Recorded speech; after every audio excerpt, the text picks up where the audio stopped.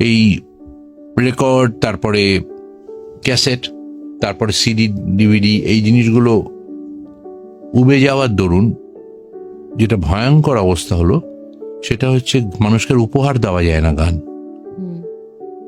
জন্মদিনে happy birthday বলে link পাঠাতে পারবো না তো, ফিজিক্যাল কিছু দিতে পারছি না।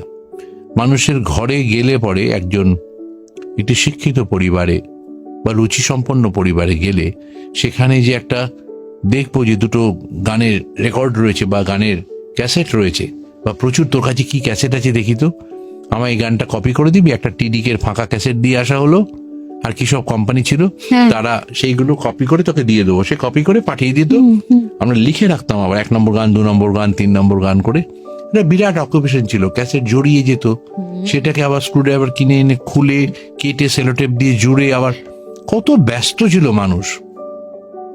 সভ্যতার যদি বৃহৎ ক্ষতি কেউ করে থাকে সেটা মোবাইল ফোন, তার শিকার আমিও।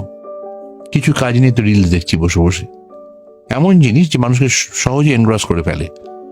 সুনামি দেখতে শুরু করলাম, সুনামির ভয়াবহ জিনিস ওরা পাঠাতেই থাকবে।